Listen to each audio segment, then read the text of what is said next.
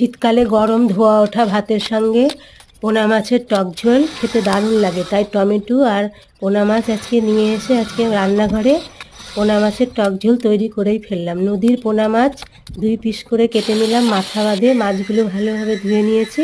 এদিকে তেল কড়াইয়ে দিয়ে দিয়েছি, কড়াইয়ে তেল গরম হচ্ছে, লবণ হলুদ দিয়ে মাছগুলো খুব সুন্দর করে মেখে নিয়ে উল্টে পাল্টে ভেজে নিলাম। টাটকা মাছ মাঝারি ধরনের ভাজলেই ভালো হয় ঝোলটা, তাই ভাজার পরে সেই তেলের মধ্যেই শুকনো লঙ্কা আর তেজপাতা কালো জিরা দিয়ে লবণ হলুদ দিয়ে আলুগুলো ভাজার পর আবার টমেটোগুলো সরষা ফোড়ন দিয়ে লবণ হলুদ দিয়ে ভেজে পরিমাণ মতো জল দিয়ে ঝোল তৈরি করতে দিলাম। লঙ্কাটাও বেটে নিলাম, লঙ্কা বেটে ঝোলে যোগ করলাম, আর এইদিকে সরষা বেটে সরষার মধ্যে একটু জল দিয়ে রাখলাম।